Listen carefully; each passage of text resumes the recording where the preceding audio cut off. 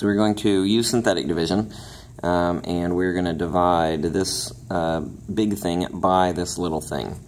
So let's set up what it looks like here. We put the coefficients of my polynomial that is my dividend across here. So the coefficient here, this is just a 1, so I'm going to put a 1, that's x to the 4th, and then go to the next one. X to the 3rd is negative 3, x squared is another 1, x is another negative 3, and then there usually is a constant term, and I have to put a 0 as a placeholder for that constant term. When you're doing synthetic division, if you're ever missing a term, even if it's that last one, you have to put a placeholder of a 0 in.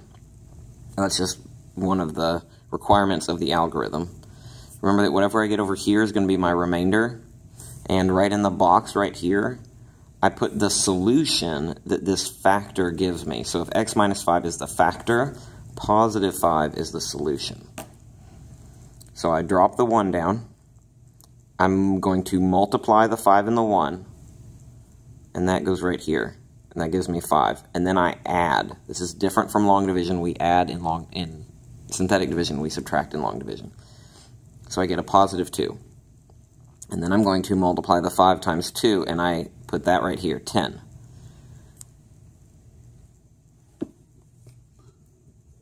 So when I add, I get 11. And then I'm going to multiply here. 5 times 11 is 55. And then I'm going to put that right here, and I add, and I get 52. And this right here is why you're allowed to use your calculator if you would like, or you can try to think through it.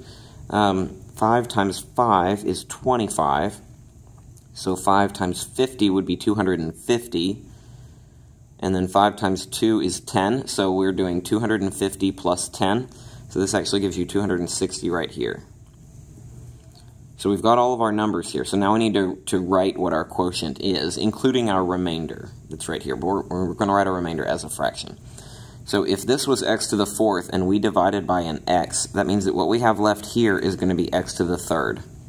Or you can count. This one has to be a constant x squared, x to the 3rd. So my final answer here is going to be 1x to the 3rd plus 2x squared plus 11x plus 52. And then my remainder, 260, still has to be divided by the divisor, x minus 5. So this is the answer.